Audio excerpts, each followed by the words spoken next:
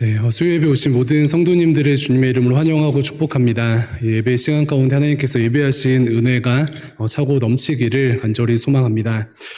요즘은 그 유튜브나 이게 넷플릭스 같은 채널이 많아서 참 우리가 이제 다양한 콘텐츠를 즐기기가 쉬운 어떤 삶을 살고 있는 것 같습니다. 케이블 이제 방송도 이제 채널이 굉장히 많고요. 그래서 어떤 측면에서는 공중파 어떤 채널에 좀 어떤 인기에 어려움이 있지 않는가라는 걱정이 되기도 합니다.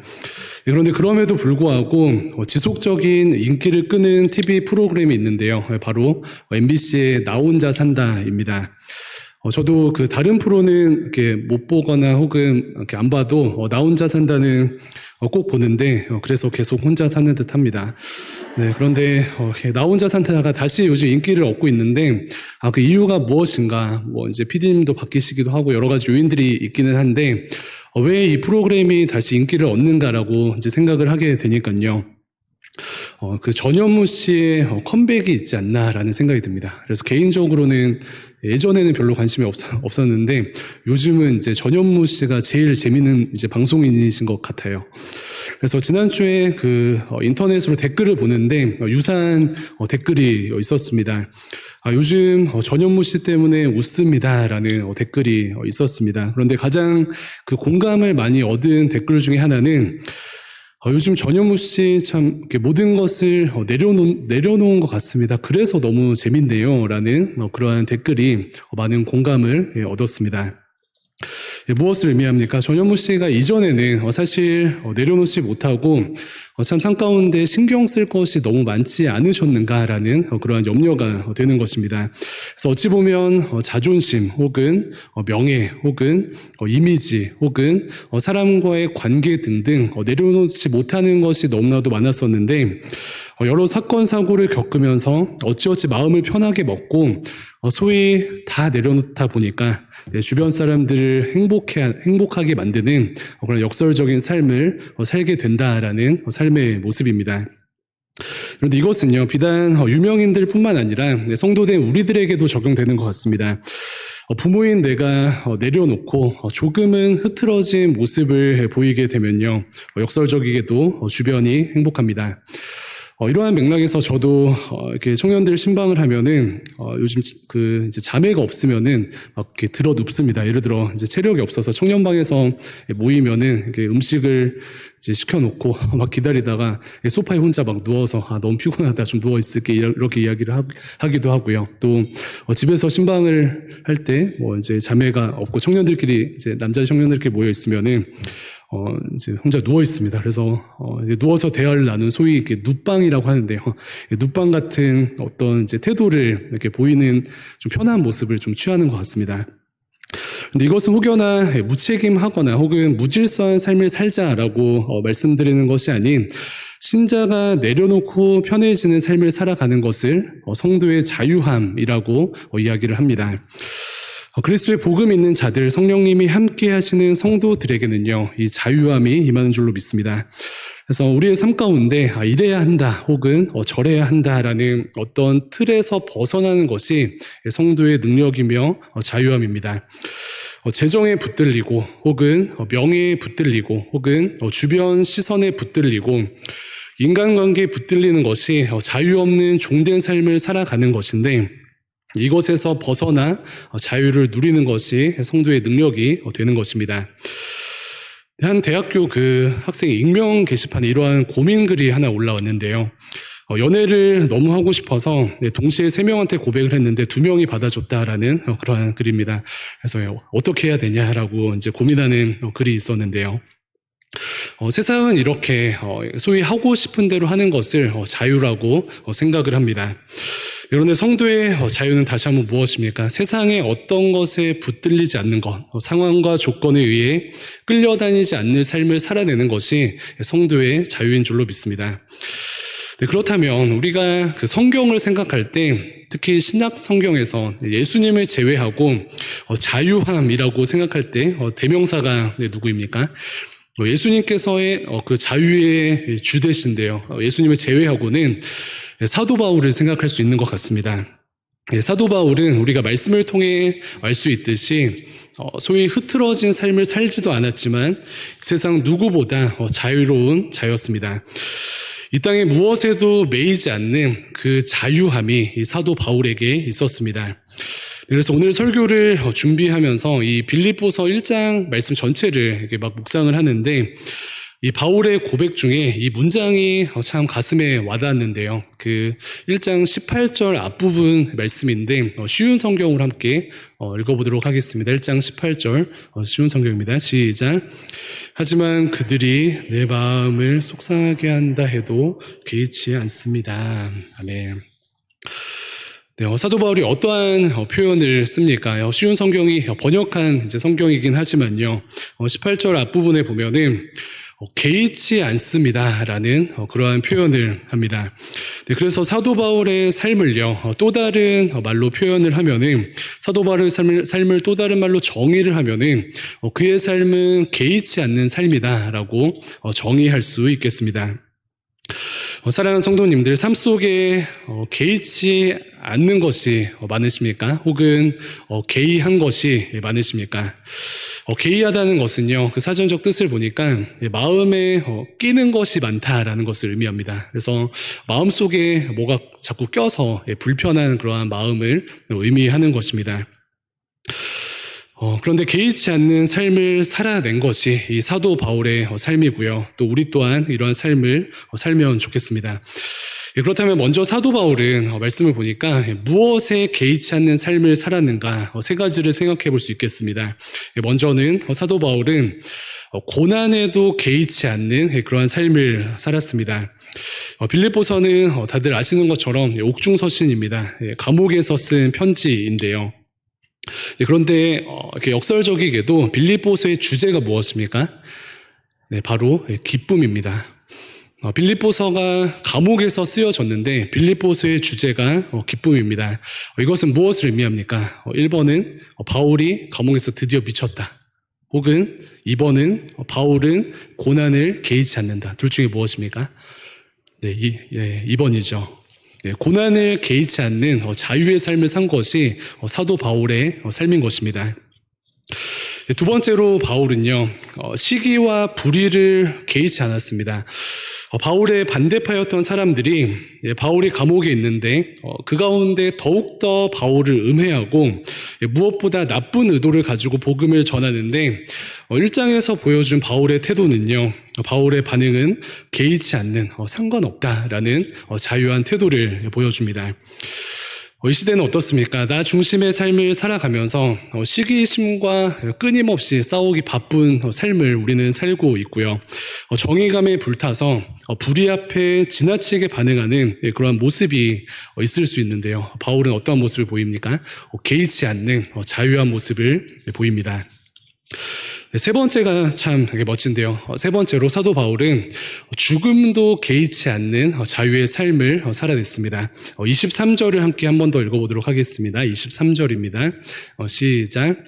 내가 그 둘 사이에 끼었으니 차라리 세상을 떠나서 그리스도와 함께 있는 것이 좋은 일이라 그렇게 하고 싶으나. 아멘. 네, 지금 이 세상을 떠나서 예수님과 함께 있는 것이 훨씬 더 좋은 일이고 그렇게 하고 싶다라는 바울의 진실된 고백입니다.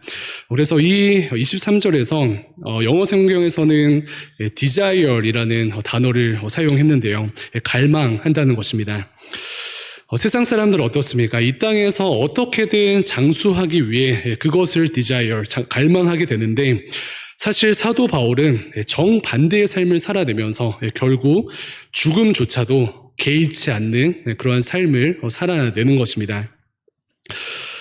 종종 그 경찰분들이 하시는 이야기를 이렇게 들어보니까요, 가장 무서운 어떤 사람이 누구인가 생각했을 때에 연쇄살인범도 가장 무서운 사람이 아니고 가장 무서운 어떤 집단 중에 하나는 자해공갈단이라고 합니다. 왜 그렇습니까? 자기가 소중하지 않으니 무서운 것이 없다는 것입니다. 자기가 소중하지 않은 사람이 가장 무서운 것입니다. 다소 이제 결은 다르지만요, 개의치 않는 것이 많은 성도에게 이처럼 담대함과 능력이 임하는 줄로 믿습니다. 네, 고난도 시기와 불의도 아니 죽음조차도 개의치 않는 그러한 삶을 살아갈 때에 성도된 우리의 삶 가운데 능력이 임하는 줄로 믿습니다. 그래서 이러한 은혜를 사모하시고 또 이러한 은혜를 누리시는 저와 여러분들 되시기를 주님의 이름으로 축원드립니다. 네, 그렇다면 사도 바울에게는 어떻게 하여서 이렇게 자유함과 그로 인한 능력의 삶이 주어지는 것일까? 그가 개의치 않는 삶을 사는 중심에는 무엇이 있는가 생각을 해보도록 하겠습니다. 그가 자유한 삶을 살아가고 소위 오늘 본문에서 이야기하는 개의치 않는 삶을 살아가는 그 중심에는 역설적이게도 예수 그리스도를 개의하는, 예수 그리스도를 지나치게 신경 쓰는 예수 그리스도 중심의 삶이 자유함과 능력의 삶으로 사도 바울을 이끌었습니다. 그래서 사도 바울은요, 그저 이 땅에 미련이 없고 그저 회의적인 태도를 가졌기 때문에 고난도 욕심도 이 세상 무엇도 신경 쓰지 않는 것이 아니라 이 세상 무엇보다 예수 그리스도를 지나치게 계획하고 예수 그리스도를 지나치게 신경 쓰는 삶을 살다 보니 다른 것들은 중요하지 않게 되는 그러한 삶을 살아내게 된 것입니다. 자유의 영이신 예수님을 모시고 살아가고 자유의 영이신 예수 그리스도를 위해서 살아가는 그러한 삶을 살게 되니까요. 그에게는 고난도 중요한 것이 아니요, 사람들의 반응도 중요한 것이 아니요, 심지어 죽음조차도 중요한 것이 아닌 그러한 삶으로 성화된 것입니다. 네, 먼저는 12절과 13절 말씀을 함께 읽어보도록 하겠습니다. 12, 13절입니다. 시작.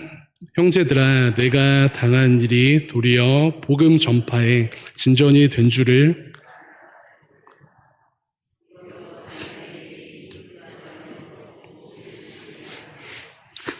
모든 사람에게 나타났으니. 아멘. 네, 앞서서 사도 바울이 고난을 개의치 않았던 그러한 중심에는 이러한 상황이 있었습니다. 감옥에 있지만 불평하지 않은 것이 감옥에 내가 있음으로 인하여서 내가 개의하는, 내가 중요하게 생각하는 예수 그리스도가 증거되었다.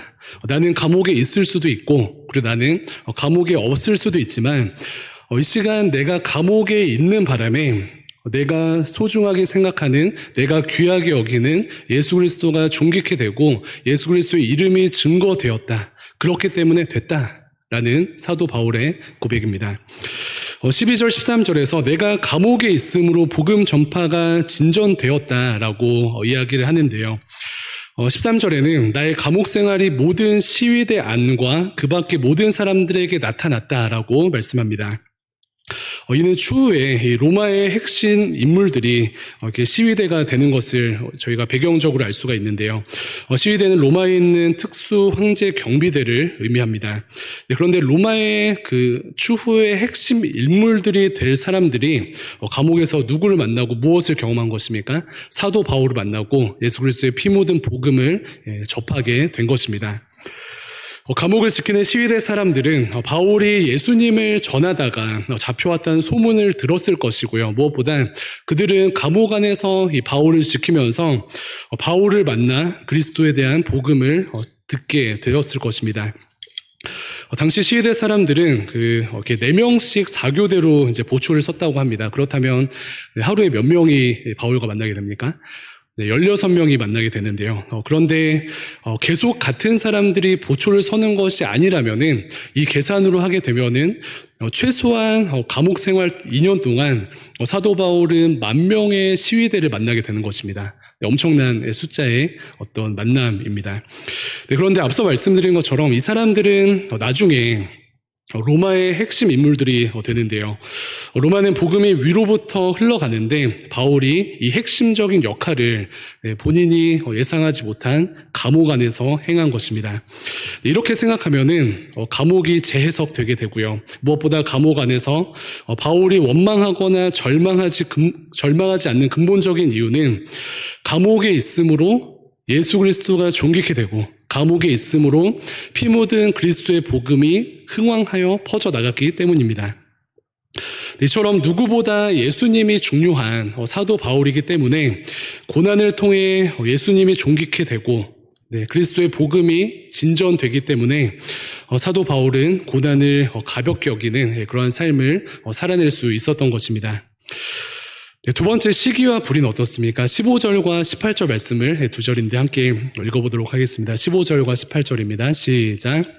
어떤 이들은 투기와 분쟁으로, 어떤 이들은 착한 뜻으로 그리스도를 전파하나니, 그러면 참으로 하나 무슨 방도로 하든지 전파되는 것은 그리스도니 이로써 나는 기뻐하고 또한 기뻐하리라. 아멘. 네, 사도 바울이 감옥에 있을 때에 앞서 말씀드렸던 것처럼 바울의 반대파들이 악한 의도로 그리스도를 전하고 거칠애로 복음을 전하지만요. 사도 바울은 왜 기뻐합니까? 결국 전해지는 것은 그리스도의 복음이기 때문에 그렇습니다. 반대파들의 시기심과 또 반대파들의 어떤 의롭지 못한 방법들이 또 어떤 중심들이 답답할 수도 있지만 사도 바울은 어떻습니까? 자유합니다. 왜 그렇습니까? 바울에게는 자기 자신보다 자신의 안녕과 자신의 어떠함보다 결국 귀하신 예수 그리스도께서 드러나는 것이 중요하고 그리스도의 복음이 전파되었느냐 그것이 더 중요하기 때문입니다. 네, 이러한 맥락에서 우리가 잘 아는 이 솔로몬의 재판을 한번 생각을 해보면요. 두 여인이 한 아이를 데리고 와서 서로 이제 자기 자녀라고 주장을 합니다. 네, 그랬더니 솔로몬은 지혜를 발휘하여서 이 아이를 칼로 이렇게 잘라서 둘로 가져가라 이렇게 명령을 합니다. 네, 그랬더니 진짜 엄마의 반응은 무엇입니까? 네. 이 아이를 둘로 자르지 말고 그냥 저 여인에게 주세요라는 그러한 태도를 취합니다. 무엇입니까? 상대 그 여인이 참 불의하고 시기심이 나지만 그럼에도 아이를 살릴 수 있다면은 그것이 기쁘다. 그것이 기쁘다는 본질을 꿰뚫은 것입니다. 그래서 사도 바울의 모습이 이와 같지 않는가 주심스럽게 생각해 봅니다. 어쨌든 예수님이 전해지면 나는 감사하다. 어쨌든 예수 그리스도가 전파되면은 예수님이 존귀하게 되면은 이로써 나는 기뻐하고 기뻐한다라는 사도 바울의 믿음의 고백입니다. 그래서 우리의 삶에도 이러한 담대함이 있었으면 좋겠습니다. 시기와 분쟁 혹은 불의가 가득하여도 예수님이 전파되면 괜찮다. 그리고 예수 그리스도가 존귀케 되면 괜찮다라는 이러한 믿음의 고백과 또 믿음의 삶을 살아내는 우리의 삶이 되기를 간절히 소망합니다.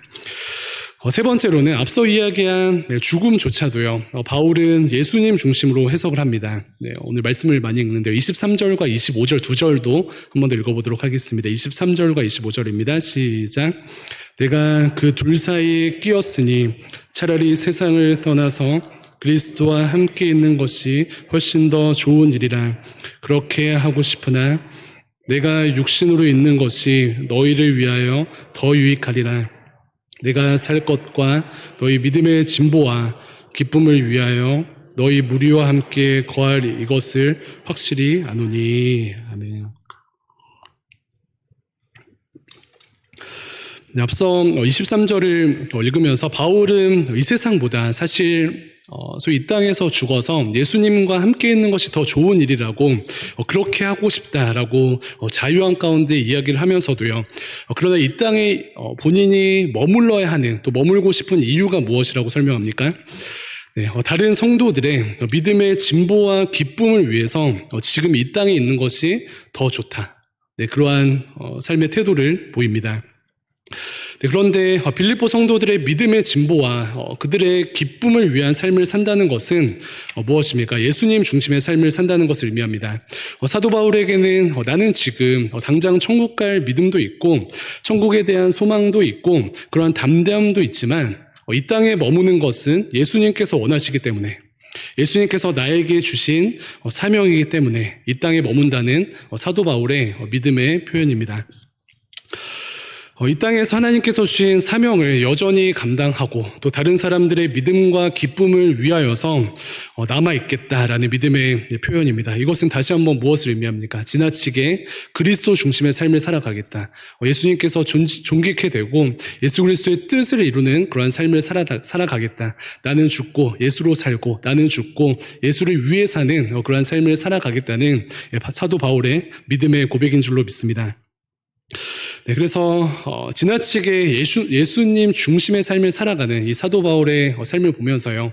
하나님, 저도 사도 바울처럼 우리의 상황과 환경에 매몰되지 아니하고 나의 감정에 의해서 흔들리지 아니하고 하나님 중심에 또 그리스도 중심에 예수 그리스도의 복음이 전파되는 것에 또 예수 그리스도가 존귀케 되는 것에 나의 삶을 드리게 하여 주시옵소서라고 기도하시며 또 주님께 영광 돌리시는 우리 모두 되기를 간절히 소망합니다.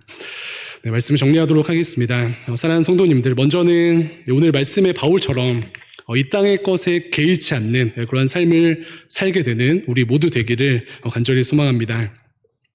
네, 고난도 별거 아니고 이 땅의 시기와 질투와 불의도 별것이 아니고 심지어 죽음조차도 별것이 아니라는 믿음의 삶을 살아내시기를 축원합니다. 네, 그렇게 되면 우리는 참된 자유의 삶을 살게 될 것이고요. 지난주 히브리서에서 묵상하였던 것처럼 세상이 도무지 감당하지 못하는 그런 삶으로 승리하게 될 것입니다. 그러나 이 중심에는 무엇이 있습니까? 세상적인 허무주의 혹은 세상적인 회의감을 가지고 미련을 버리는 것이 아니라 예수님을 중심에 두고 살아가는 것입니다. 그래서 자유한 삶을, 개의치 않는 삶을 살아가는 것은 어찌 보면 가벼운 삶이 아닌 무거운 삶입니다. 사실 이 가벼움에는 이 무거운 문장이 생략되어져 있는데요. 괄호치고 예수님이 존귀하게 되면 고난도 별것 아니고, 괄호치고 예수님이 존귀하게 되면 이 땅의 시기와 질투와 불의도 별것 아니고, 예수님이 존귀하게 되면 죽음조차도 별것이 아니다라는 이 무거운 문장이 생략되어져 있습니다. 그래서 이 믿음으로 오늘 하루와 또 이번 한 주와 또 올 하반기를 살아내는 우리 모두 되기를 간절히 소망합니다. 네, 그렇게 되면 바울처럼 어떠한 실제적 열매가 우리의 삶 가운데 주어지게 되겠습니까? 네, 성도된 우리 때문에 예수님이 전파되게 될 것이고요. 성도된 우리 때문에 대한민국이 변하게 될 것입니다. 성도된 우리 때문에 주변의 성도들의 믿음이 자라나게 될 것이고요. 성도된 우리 때문에 주변 사람들의 기쁨이 넘쳐나게 될 것입니다. 이것은 바울의 열매만이 아닌 그리스도 중심의 삶을 살아가고 또 그리스도를 존귀케 하는 삶을 살아가기로 결정한 모든 성도들에게 예비하신 하나님의 은혜인 줄로 믿습니다. 지나치게 나를 귀하게 여기면 고난도 무섭고, 지나치게 나를 귀하게 여기면 시기와 질투와 불의도 무겁습니다. 그러나 지나치게 나를 귀하게 여기지 아니하고 그리스도를 존귀케 여기면 이런 것들뿐만 아니라 심지어 죽음조차도 우리의 삶 가운데 거치는 것이 되지 않는 하나님의 능력 가운데, 그리스도의 담대함 가운데 복음의 능력으로 승리하게 될 줄로 믿습니다. 그래서 오늘 말씀처럼 예수님을 존귀케 하시는 삶으로 하나님께 영광 돌리시고 또 칭찬 받으시는 우리 모두 되기를 주님의 이름으로 축원드립니다. 이렇게 기도하겠습니다. 하나님